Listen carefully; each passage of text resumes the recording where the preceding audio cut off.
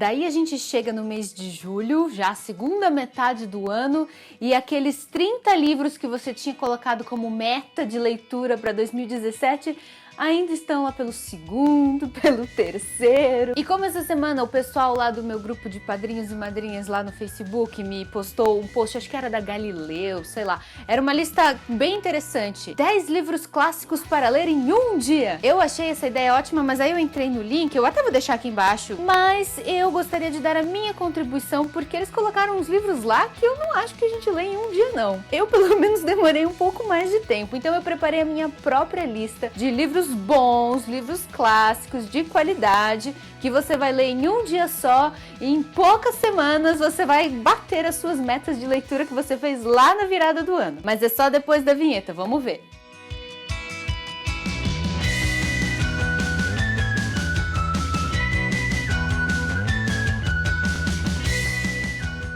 Bom, então vamos lá. Eu vou repetir também alguns livros daquela lista lá, mas vocês vão ver que a maioria é diferente. O primeiro livro que aquela lista da Galileu não mencionou é esse daqui, O Velho e o Mar, do Ernest Hemingway, que tem resenha aqui no canal e é o melhor livro da obra do Hemingway, que é maravilhosa e que foi inclusive citada na cerimônia do Prêmio Nobel que Hemingway ganhou, como a obra que fez a diferença para que ele ganhasse este prêmio. É uma história linda, é uma fábula que basicamente tem 3 personagens, que é um velho, um menino, né, que aparece no comecinho da história, e um peixe. É a coisa mais simples do mundo, mas é também a coisa mais bonita que você vai ler na sua vida e lições interessantíssimas que a gente tira dessa pequena história. Agora, aquela lista fala, claro, é importante falar de A Metamorfose, do Franz Kafka, que de fato você vai com certeza ler de uma tacada só. No começo talvez você fique um pouquinho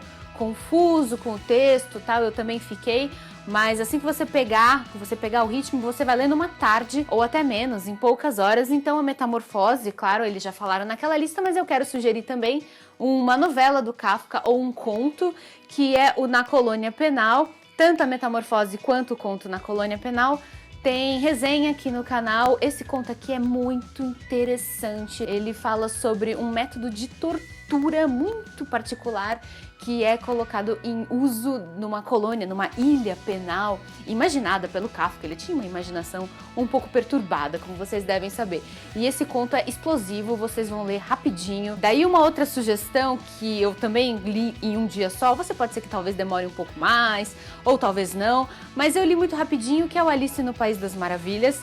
Infelizmente eu não tenho a versão em português aqui, tem umas edições lindas, lindas, lindas, que faz anos que eu quero comprar, mas eu tenho essa versão aqui bem baratinha em inglês, e é uma obra que a gente precisa ter no nosso repertório, porque ela ajudou a construir a literatura moderna, não só infantil, mas também adulta. Lewis Carroll era um gênio e todo mundo tem que conhecer Alice no País das Maravilhas e também a continuação, que é Alice Através do Espelho, os 2 livros com resenha aqui neste canal. Assistam! Mais uma sugestão, esse aqui é do Oscar Wilde, que foi um escritor irlandês que infelizmente morreu de maneira prematura, não deixou muita coisa, poderia ter deixado muito mais coisa. Ele deixou peças, artigos, alguns contos, o Retrato de Dorian Gray, que foi o único romance dele, e este conto aqui chamado Fantasma de Canterville, que é muito engraçado. Ele é um dos textos mais hilários que eu já li na minha vida. Você vai ler em meia hora e ele conta a história de um fantasma que habita uma mansão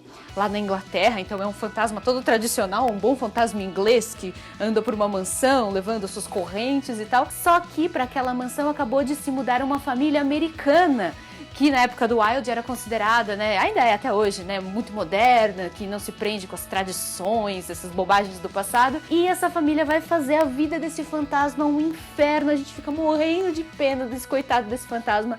É muito legal, você vai ler em, no máximo, 1 hora e vale muito a pena. E passeando um pouquinho mais pelos gêneros, né, já falamos de romance, já falamos de contos, vou falar agora das crônicas, que é um gênero feito por definição pra gente ler de maneira rápida. E aqui a gente tem tem a coleção do Veríssimo, né? Eu também já mostrei todos os livros que eu tenho dessa coleção. Esse é o meu favorito, do Luiz Fernando Veríssimo, As Mentiras que os Homens Contam. Eu perco a compostura toda vez que eu vou ler e eu realmente também leio em pouquíssimo tempo. Todas essas crônicas eu já li várias vezes e toda vez que eu leio é rápido e eu sempre dou risada. E já que estamos falando de autores brasileiros, tem aqui O Alienista do Machado de Assis, é um conto do Machado.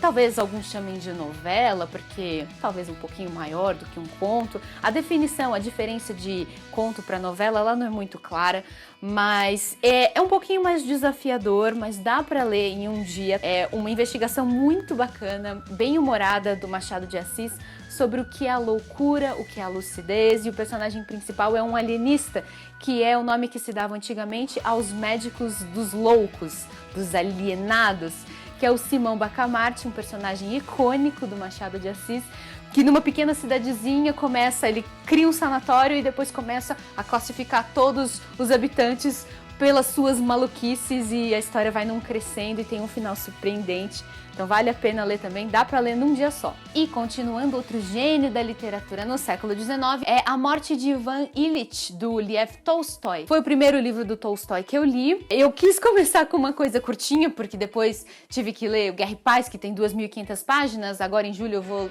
ler Ana Karenina, que também tem mais de 2.000 páginas. Ele gostava de histórias muito longas.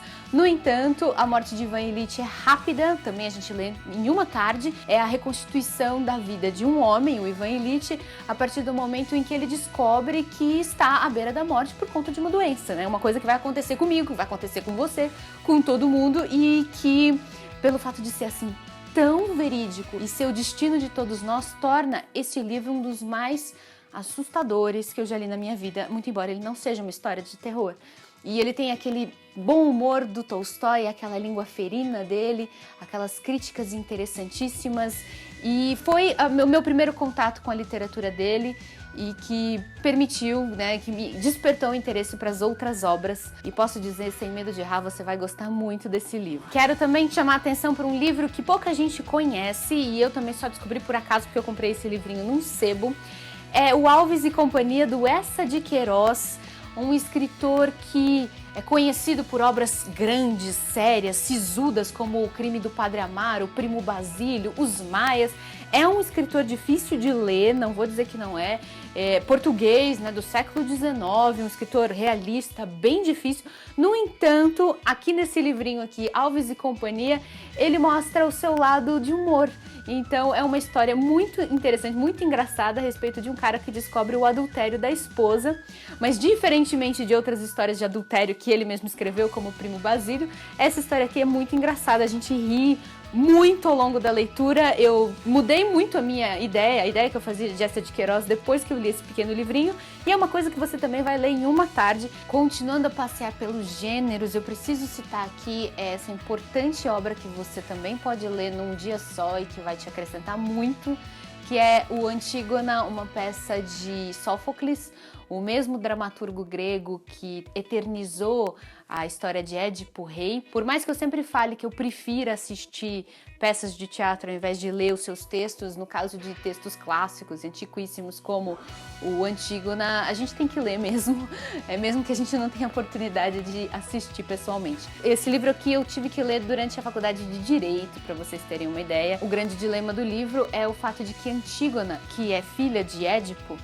depois que o rei cai em desgraça, tudo o que acontece, né, no Édipo Rei, ela ainda por cima vê seus dois irmãos, que são Etéocles e Polinices, um mata o outro em batalha por conta de uma série de acontecimentos, só que um é enterrado como herói de guerra e o outro não, é considerado um traidor e é deixado para apodrecer com os animais, para ser comido pelos cachorros, o que Antígona considera ser uma violação de um direito básico e que ser humano nenhum, nem mesmo o rei mais poderoso, tem o direito de negar a uma pessoa o direito de ser enterrado com respeito, de acordo com as regras dos deuses. E ela vai fazer essa defesa pessoalmente, ela, uma moça, vai defender essa ideia a um rei tirano, que é o Creonte.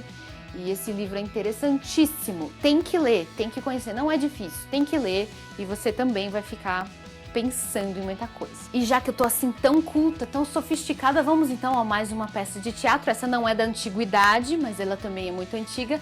O Alto da Barca do Inferno, do Gil Vicente. Essa eu tive a oportunidade de ver encenada, mas eu também li primeiro no texto, porque eu tive que ler na escola. É muito legal. Gil Vicente, um dramaturgo português, ali do século XV, por aí, ele imagina a situação em que as pessoas vão morrendo e ao chegar no outro mundo, né, ao chegar nas portas do inferno, elas vão fazendo a sua defesa para ver se vão para o céu, se vão para o inferno, e tem todas as classes sociais de Portugal ali representadas, dos comerciantes aos nobres, aos padres, aos soldados, todo mundo está ali representado e Gil Vicente vai imaginando o julgamento dessas pessoas ali nas portas do céu e do inferno. É muito interessante também, tem um bom humor, dá para ler, vale a pena e quando possível assistam a peça de teatro também. Mas agora vamos voltar aí para os romances. Eu não sei também se dá para chamar de romance ou de novela, né? Tudo uma questão de tamanho, enfim. As fronteiras não são muito nítidas, mas o Jorge Amado tem A Morte de Quincas Berro d'Água, que é um texto curto, como tudo que o Jorge escreveu, ele é engraçado, ele tem o sabor e os temperos típicos da cultura brasileira e é hilário, virou um filme recentemente e a gente lê em poucas horas também e vale muito a pena. Ai, eu tô ficando repetitiva aqui, eu falo muito de Jorge Amado. E eu tenho mais 2 livros pra indicar, olha só, ao todo vão ser 14, gente, 14. Se você ler todos esses, imagina só como vai ficar a sua meta de leitura nesse ano, ela vai voar, você vai poder depois se gabar e que leu um monte de livros. O Papel de Parede Amarelo, da Charlotte Gilman, foi um livro que eu conheci no ano passado. Ele é um suspense psicológico que gira em torno de uma mulher que é internada por motivos de saúde mental. Ela é internada numa casa de campo para se recuperar, né? Isso tudo em fins de século XIX.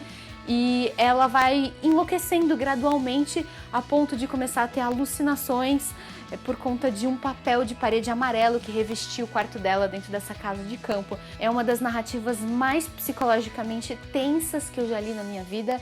Embora ela não se pretenda de terror, eu fiquei aterrorizada com essa história. Mais um livro aí para você colocar na sua lista. E fechando com poesia, o meu livro favorito do Carlos Drummond de Andrade, muito embora ele tenha muitas outras coletâneas importantes, A Rosa do Povo. Os poemas, eles têm um conteúdo político, eles falavam da realidade de Carlos Drummond de Andrade nos anos 40, então tem todo aquele contexto histórico da Segunda Guerra Mundial que estava acontecendo e dentro do Brasil estávamos vivendo uma ditadura, a ditadura de Getúlio Vargas. E todo esse clima político é abordado por Drummond em vários poemas que a gente consegue ler. São poemas, né? A gente lê rápido, mas precisa refletir a respeito de cada um deles. Vai valer muito a pena. É o meu livro do Drummond favorito. E com isso, 14 indicações, você vai arrasar nas suas metas de leitura. Beijos para todo mundo. Se você quiser ajudar esse projeto, você pode se tornar um padrinho ou uma madrinha e colaborar com um pouquinho por mês.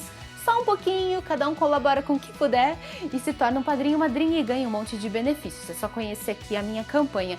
Você também pode ajudar comprando algum desses livros, que eu vou deixar as indicações todas aqui embaixo, que fazendo essas compras usando esses links que eu deixo aqui embaixo, uma pequena comissão vem pro canal. Isso também é importante para ajudar a manter esse projeto. Agora sim, gente, a gente se vê na sexta-feira. Tchau, tchau!